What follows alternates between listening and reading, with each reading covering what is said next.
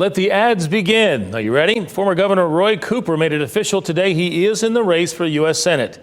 And while there's no official candidate on the other side of the ballot yet, Republicans are already staking out their position. Our Capitol Bureau Chief Laura Leslie joins us live from the state capitol. Laura? Gerald, it's going to be a long 16 months, I think. You know, this is expected to be one of the most watched races in the country. Democrats need to pick up 4 seats to gain control of the U.S. Senate, and North Carolina is on the short list. Cooper's announcement focused on the cost of living and played up his rural roots. I never really wanted to go to Washington. I just wanted to serve the people of North Carolina right here, where I've lived all my life. But these are not ordinary times. Politicians in D.C. are running up our debt, ripping away our health care, disrespecting our veterans. Republicans released several attack ads, some even before the governor's announcement, trying to undermine that message. He says he's a moderate, but Roy Cooper's record tells a radically different story. Higher taxes, sanctuary cities, and a radical gender ideology. Catawba College political scientist Michael Bitzer says we can expect to see a lot more of those over the next 16 months.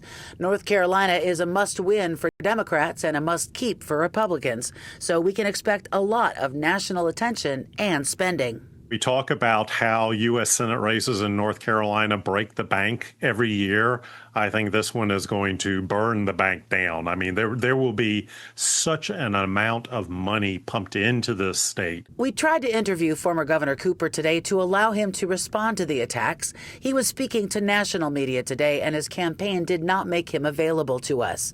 I wanted to ask him, can you defend your response to Hurricane Helene? Did you keep schools closed too long during COVID? And why did you veto the anti-trans bills? Cooper campaign strategist Morgan Jackson responded in part, Republicans are already making desperate and false attacks because they are panicked about losing this race. Roy Cooper has a long record of being an independent voice for our state and getting real results for middle-class families.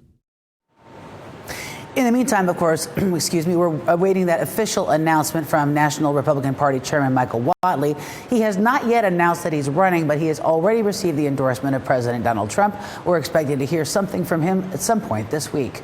Laura Leslie, WRAL News, live in Raleigh. Thank you, Laura. This particular Senate seat has a history of high-dollar races. Twice it has proven to be the most expensive race in U.S. history. The first time was in 1990 when Senator Jesse Helms defeated former Charlotte Mayor Harvey Gantt. The candidate spent $21 million. That's nearly $51 million, adjusted for today's dollars.